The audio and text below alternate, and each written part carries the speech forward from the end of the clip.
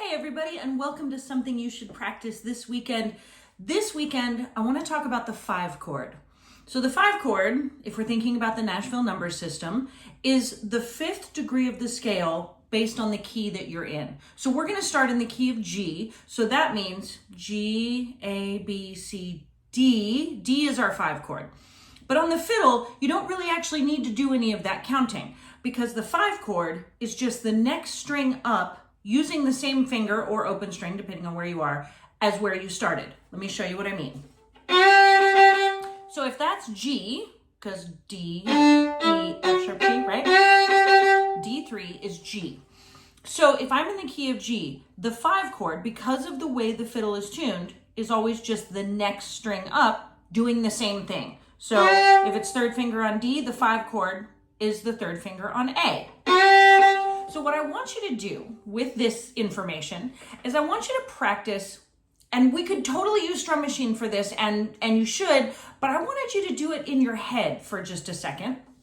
I want you to think about just a song or a fiddle tune. A lot of times the 5 chord appears in the same spot in all of these songs and tunes. So let's just kind of think about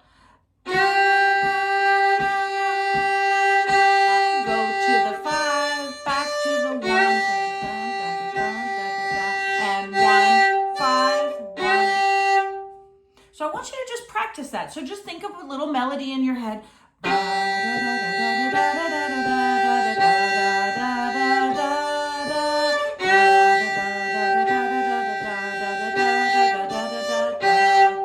Like that, okay? Now, we're gonna move that into a little bit more difficult thing. We're gonna do a double stop. And we know from previous Something You Should Practice this weekend that a 1 over the 3 always makes a nice double stop. So we can do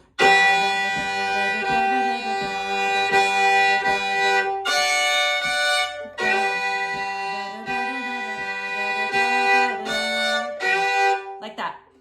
But you can do this anywhere. Let's say, for example, you want to play in the key of C. That's G3.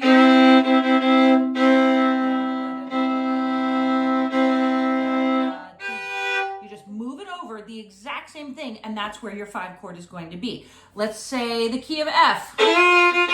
So low 2 on D.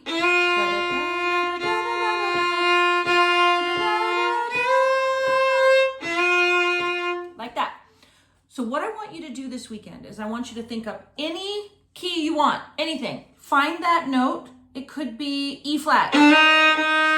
And you could double that up with the higher string to make a cool chord.